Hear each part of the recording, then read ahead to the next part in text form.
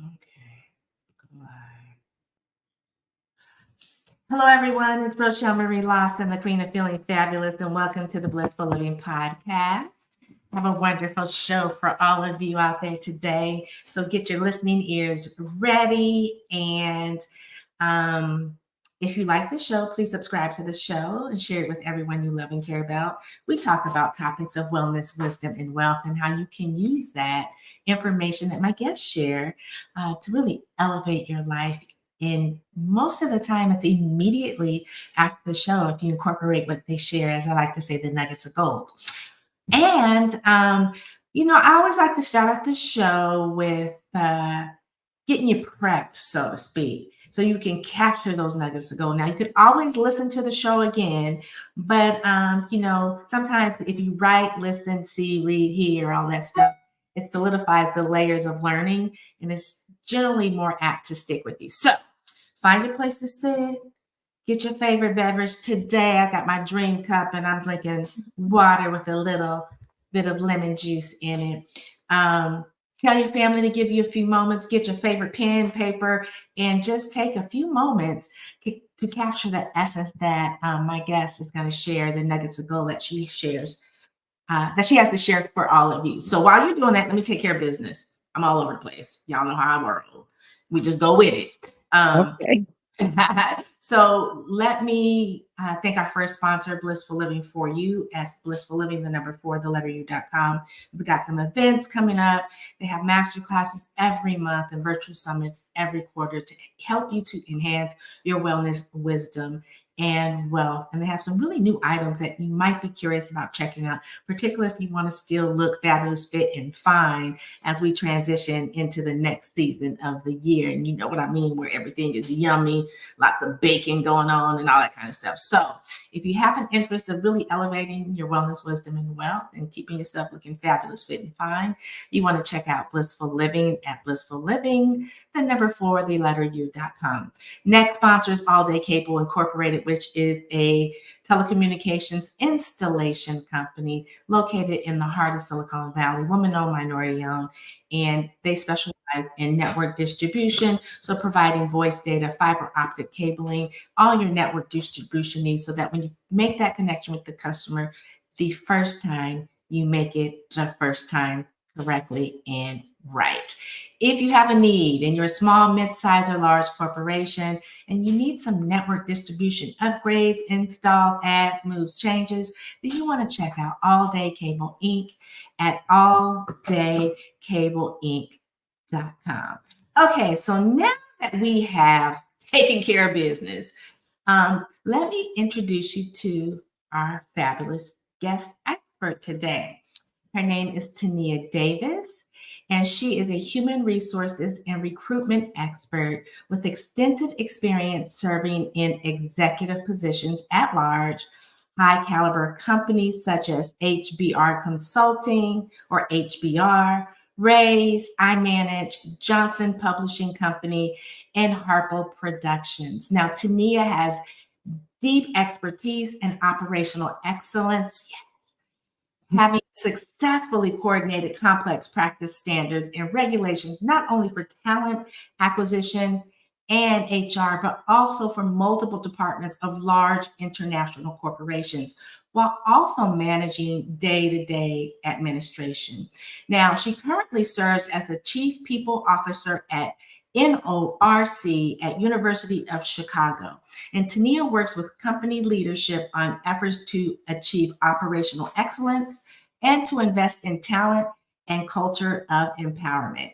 Now, that's just a little teaser about Tenia. So today, we are going to be talking about human resources, leadership development, or building company culture. And as you know, queens out there and kings, I'm all about helping you to elevate your wealth component. And if you're an entrepreneur or a career professional, this information is definitely for you. Because when you know how to play the game correctly, you are more apt to achieve your dreams of success that you desire, whether you're an entrepreneur or a career professional or working your way. I'm not saying trying, because you're doing it. working your way to the C-suite. So Tenia, Dr. Tenia, welcome to the Blissful Living Thank Podcast. you.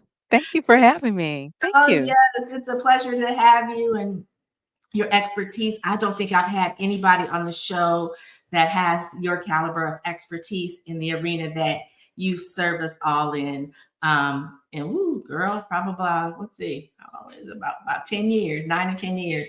So it's a pleasure to have this information because I think it's really key, and particularly in this day and age when there's so many women entrepreneurs and women having more opportunities to get to the C-suite. We need some inside scoop on how to navigate that world so that we can build our careers, our businesses, and Yeah. command it like a queen. So I want to ask you, the first question is really, and I think this is a powerful opening for the show. What does motivation mean to you? And how has embracing it helped you inspire others? Yeah. So motivation means a lot, right? To me. It could be work, it could be in my personal life. It's working towards the greater good of my family and my community. And so, inspiring those around me and also staying inspired. And I think what contributes to that is having a positive ecosystem around you that will tell you yourself on a good day and tell yourself on a bad day, but, having those folks that kind of will be the mirror for you is very important. When I look at inspiration in the workplace, I always strive to help others do their best and be their best around me. And a lot of that comes with listening and understanding their needs. I tend to hire very diverse populations. And so with that comes many complexities. And I think as leaders, it is part of our job to understand those complexities so that we can help get the best out of those individuals. In my personal life, it shows up somewhat the same, right? I have kids, and so anybody that has kids out there knows, and trust me, I'm hiding my gray hair. And so they show up differently. I got one that wants to run the world and one wants to save it. And so, how I tap into them is differently and help them be their best selves and keeping them motivated. And you know what? They motivate me.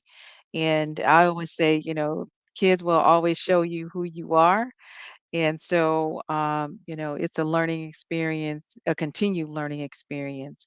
But I'm motivated about life. I'm motivated about possibilities. I'm motivated about, what tomorrow will bring. And I look for the best in others, myself, and I try to show up strong that way and deliver so that others can have at least what they want to have in that moment. So let me ask you this. When you first started out in your career, Mhm.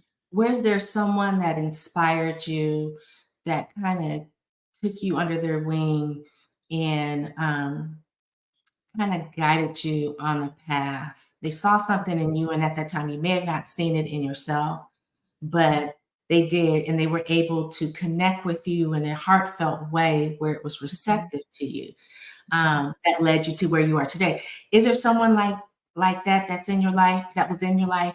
And do you have any suggestions for any of the listeners or viewers watching us with regards to, uh, how can I say, developing a relationship with someone like that for them in their life?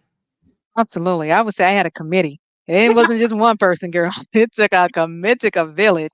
But yes, and so what I will say to that is informing those authentic relationships. I think if I go back in time, in what you're asking, there were a couple of things I think what made it successful. One, I was authentically me, and two, I was open to the feedback.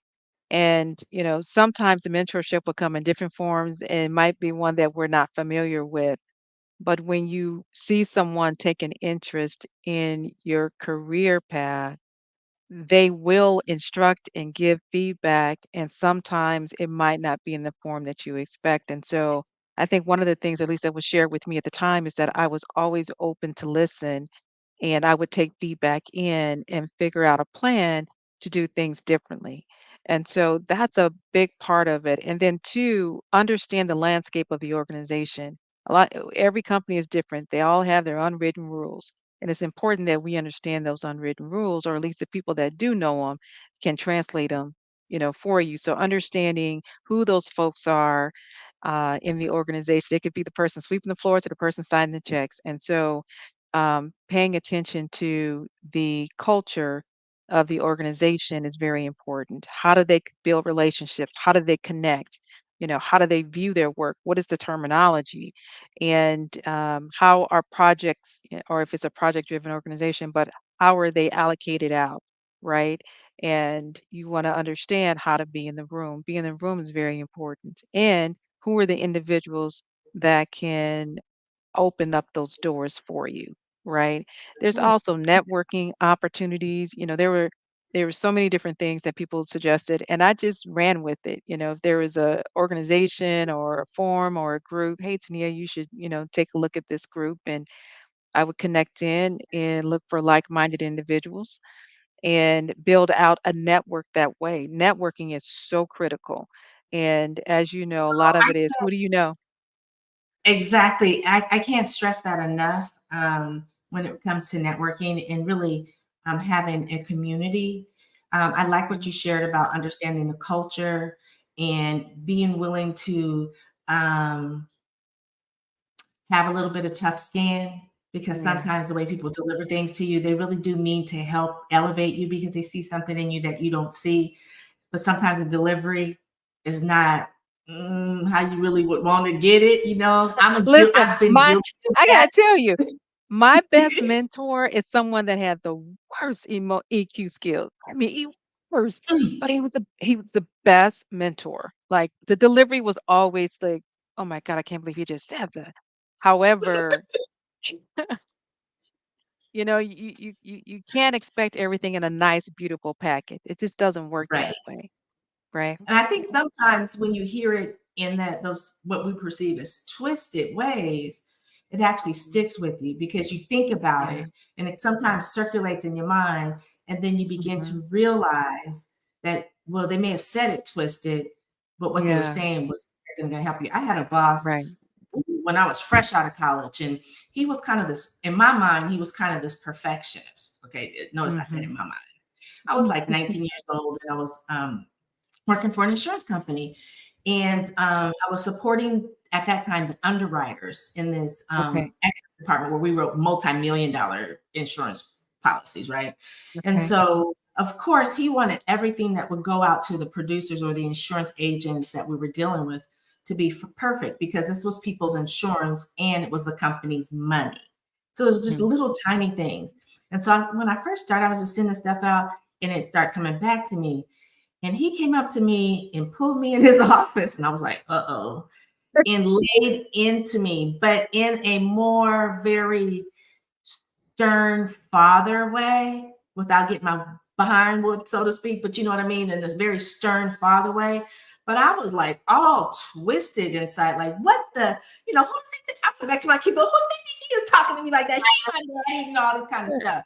But what I began to realize as I sat with it during the day, and I was pissed. I mean, really pissed. Was that he was right. Yeah. Because what I was sending out was a reflection of of me, Mhm. not really the company per se, Mhm. somewhat, but it was a reflection of me. And if I didn't value myself enough to make sure the work that I was putting out was Mhm. absolutely correct, Mhm. then I was doing a misjustice to myself. And I would Yeah. never, ever be able to advance in my career until I correct two things: Yeah. understanding that my work needed to go out correctly and to keep my attitude in check and my feelings, don't wear them on my sleeve. It was hard, Yeah. but in the long run. And then the other thing you said about community, there was so Yeah. much time where I joined networking and community and doing stuff like that, where you meet some key people Yeah. that can see what's right here on your nose that you can't Mhm. see. And they're like, let Mhm. me grab this young lady up and just help her along the Yeah. way. Got the And self talent. Yeah. Yep. And then the other aspect too is self-reflection. Yeah. And I think that's where a lot of people get caught up, kind of like what describing is you hit pause and you had to self-reflect and you were able to do that. But self-reflection is so important because if you're not able to do that and have self-awareness around it, then it's really hard to grow. And when folks are giving you feedback, I remember there was well, early on in my career, I went out for a promotion and I said, no, I should have gotten that job. And they didn't select me because of, I had all these reasons why. And so my mentor at the time said, well, Tennille, okay, let's take a step back. And so she took the job description that I was currently in, and then she said, "Let me see the job description." So I showed her the job. See, this is my job, and I'm still going on and on and on. Like, why? You know how we can like, that Yep. was my job, right?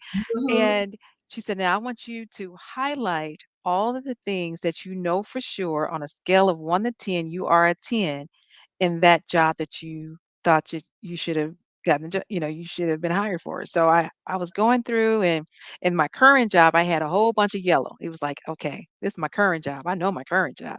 Okay. But in the new job, there were only a couple of yellow highlights.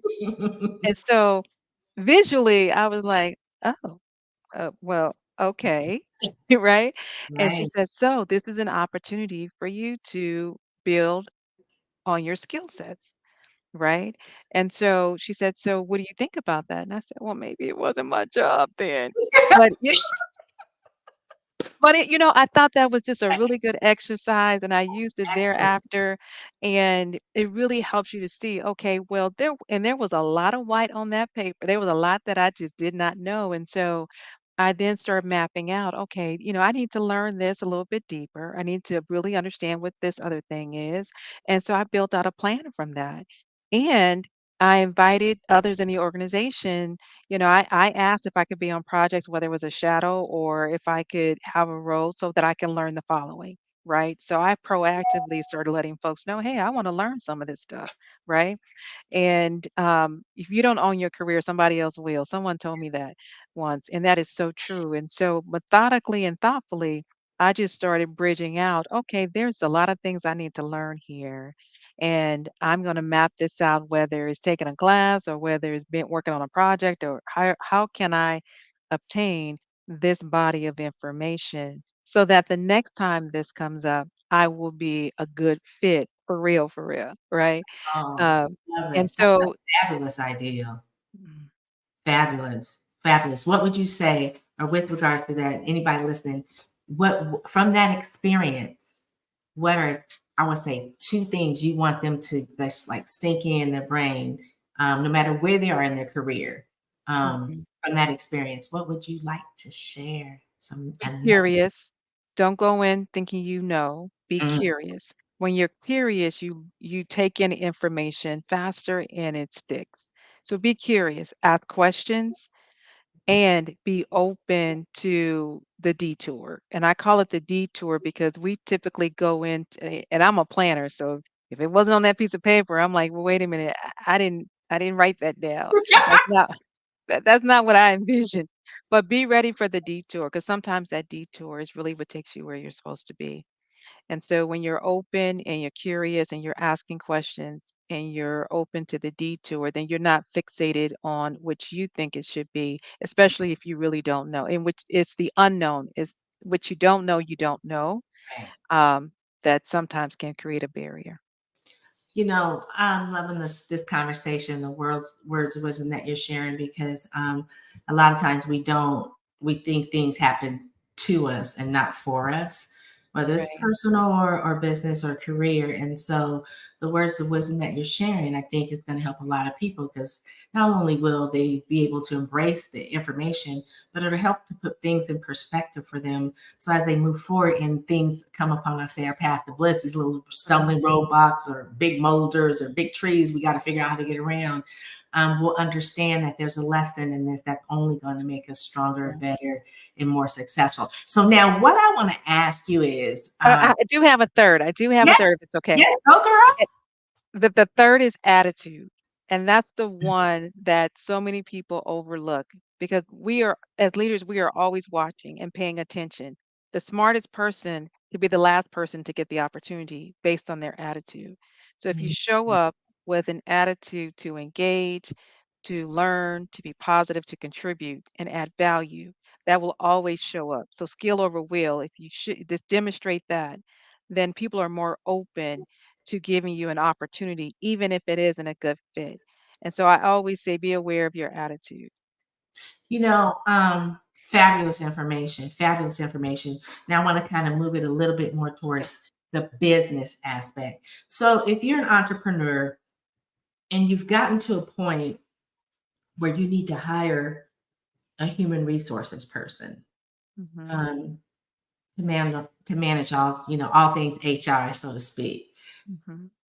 Do you have any tips, suggestions on where a person should start and what they should be looking for when they're looking to hire an HR professional for the business?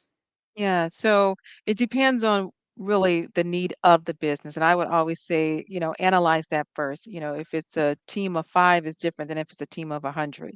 And so understanding, do you need someone at a manager level or do you need someone at a tactical or strategic level?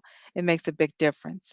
And so if you're needing someone to come in to process paperwork, that's not, that's different. But if you're looking at someone to help scale your business, then you want a strategic partner to do that. So the tactical need versus strategic need is it need to determine that first. And then two, I think sometimes really understand what HR is and what it will mean to your business. I think there is a perception that HR is the police, all they want to do is fire people. And that's not true. Strategic, that's not true. A good HR person will really help you scale your business and identify the talent that is needed to grow your business or, to maintain it. But also, the way HR shops are formed today, it's really looking at the human capital and how that body and collective group will contribute as a whole to the organization. So understanding, from the course, the laws, I mean, that's a given, but Yeah, some of that you can even outsource. So you're really looking at what skills are needed in the day-to-day operation because there are different aspects of HR that really you can outsource and you don't need it all and captured in one person. And sometimes it just doesn't make sense to do that. So yeah, understanding what is your business need and how do you want to scale your business if that's the case. And so do you need a tactical person or do you need a strategic um, professional? Because they're two different pay scales. Um, and also too, just identifying, what do you want your culture to be? And how do you want to bring folks into your organization? How do you want them to grow within the organization? And what does that look like in terms of adding value? I love it. I love this information because I don't think it's talked about enough, particularly with the smaller, I want to say, women solopreneurs or Mhm. entrepreneurs that don't have, 20 plus or more people. Right. It's not really talked about, and it's kind of hard to sometimes find the information with regards to that. Now, with regards to the whole process of the HR, if Mhm. it was tactical or strategic. Yeah, and yes, you can't outsource some of the stuff, like she says, you can outsource it. Yeah. But when it comes to that HR person that handles all of the uh, policies and procedures, Mhm. is it advantageous to outsource that in this day and age and utilize the HR individual in another capacity to help grow the capital of the business, as you say? Or in this day and age, is it good to have that inclusive where the HR person does a little bit of that, but such as like the retirement, handling all that, that paperwork and those legal ease stuff can, now be outsourced. What are your thoughts about that? For small business, or you can hire a consultant. I mean, and that's Okay, probably you can hire a consultant for that. more And there are advantageous. yeah, and there are so many great HR professionals that do just that. They'll build out your plan. Sometimes they'll build out a recruiting strategy for you, and someone can just plug and play in smaller environments. And that makes also, better sense for your business and how you are allocating cost out. But to answer your question directly, the plan definitely, you can hire a consultant to do that. Okay. I would be amiss if I didn't even bring this subject up as well. The DEI, became really a huge component, I want to say during COVID. It became to the forefront. I've experienced DEI stuff ever since I've been a working professional at age 16. Mm. but it came to a huge forefront during COVID. Now it's kind of evolved into something. There's another letter in there. I think it's DEOI or something like that. Mm. How important is it, no matter what size business you are, to Mhm. have some guidance and SOPs with regards to DEI in this day and age? Yeah. Listen, I think it's very important to create an inclusive environment, period. And to have a philosophy around, everyone is welcome and everyone has the opportunity to thrive and advance in the organization. And so I think it's still relevant. And when I look at, healthy company cultures, it's one that has a stronger focus on being inclusive, creating an environment where people belong, creating an environment where, everyone feels that they can come to the table and have an opportunity.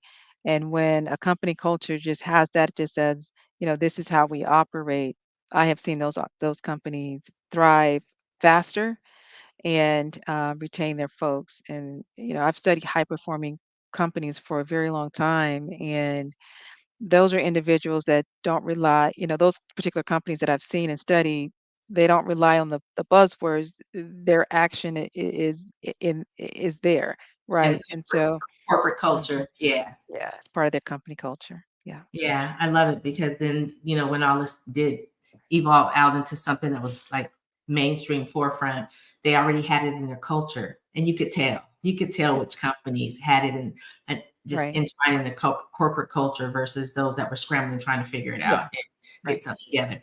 All right. Okay. So now I want to get back to helping the listeners and the viewers to stay motivated on their Okay. journey. And if you had time, but you do, to share some words of wisdom, Mhm. suggestion, tips, things that you utilize to stay motivated, not only when things were going really good, but Mhm. also when things seemed like they were coming at a stalemate and you may have been having to take a detour off what Mhm. you thought your chosen path would be. Tips, guidance, words of wisdom to share with the listeners so they can capture some more nuggets of gold. Yeah. So I would say have a plan. If you know what you're working towards, it really helps you to know it's worth it. Right.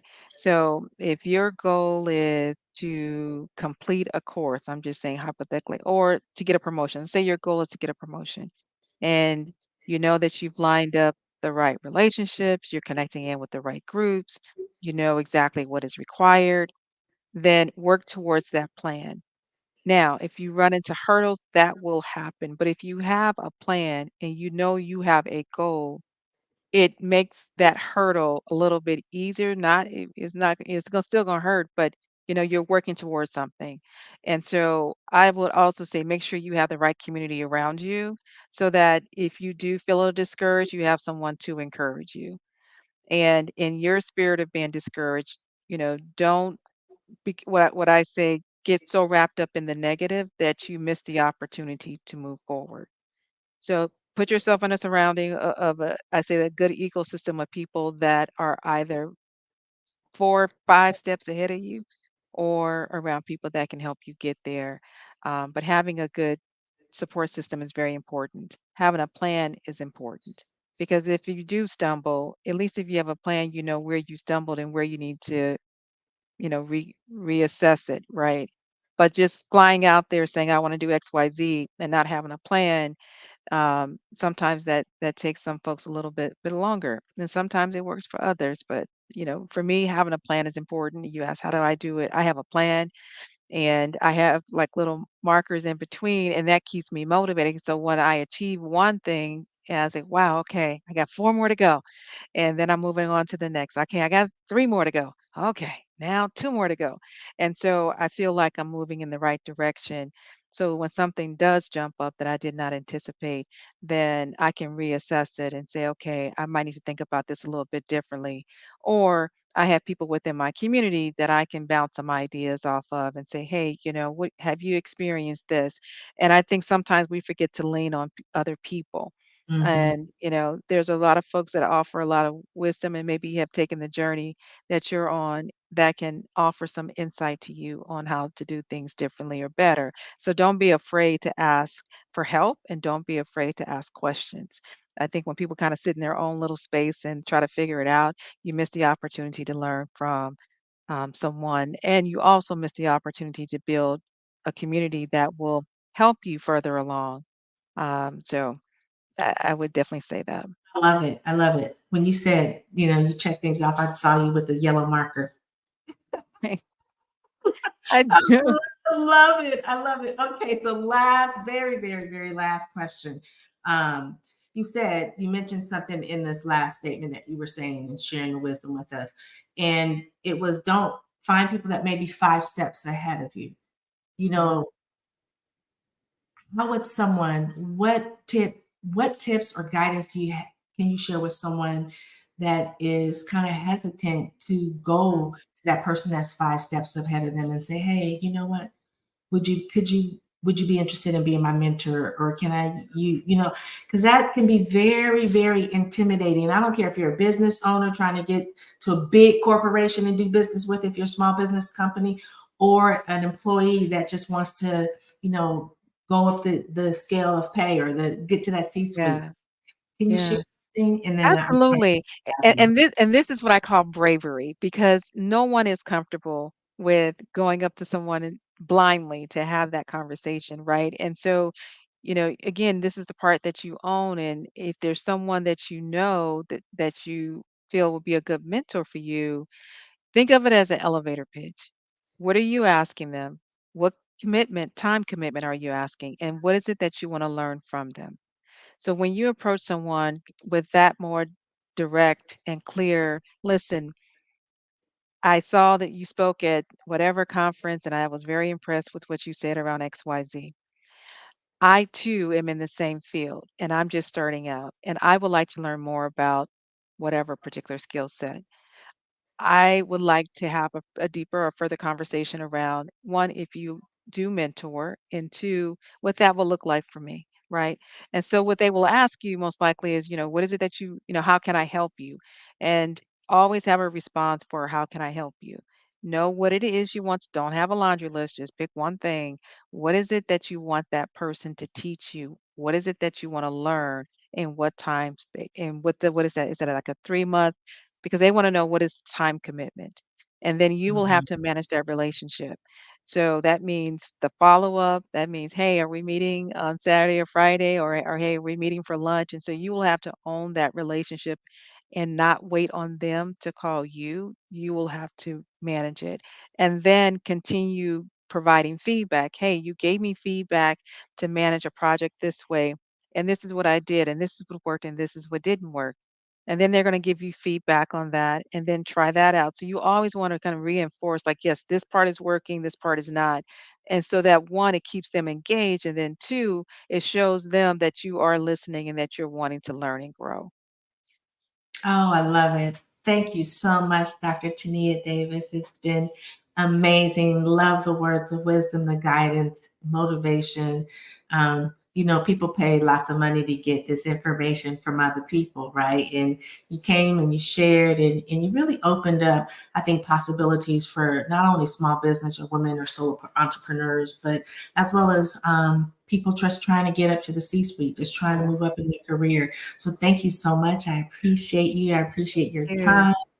And I want to thank all of you listeners and viewers. Again, this is one of the reasons why you should subscribe to the show and share it with everyone you love and care about. We have a phenomenal people come on like Dr. Tenia Davis, and you get this information that helps to elevate your life. You can do it immediately. Just get your plan, right? You know what I'm saying? So, anyways, let me calm down. I'm getting excited. Mhm. But thank you for being a listener. And again, share and subscribe to the show and to our sponsors, Blissful Living for You at Blissful Living, the number 4, the letter U.com. Check them out. Wonderful, wonderful things to help you with your wellness, wisdom, and wealth. And All Day Cable Incorporated, the telecommunications installation company located in the heart of Silicon Valley. And you can check them out at alldaycableinc.com. And until next time, everyone, I'm wishing you peace to your mind, wellness to your body, tranquility to your spirit. Go out and kill it in a good way today. Crush it, I should say. Don't let any obstacles prevent you from doing what you know you're here to do. This is Rochel Marie Lawson, the Queen of Feeling Fabulous, saying goodbye for now.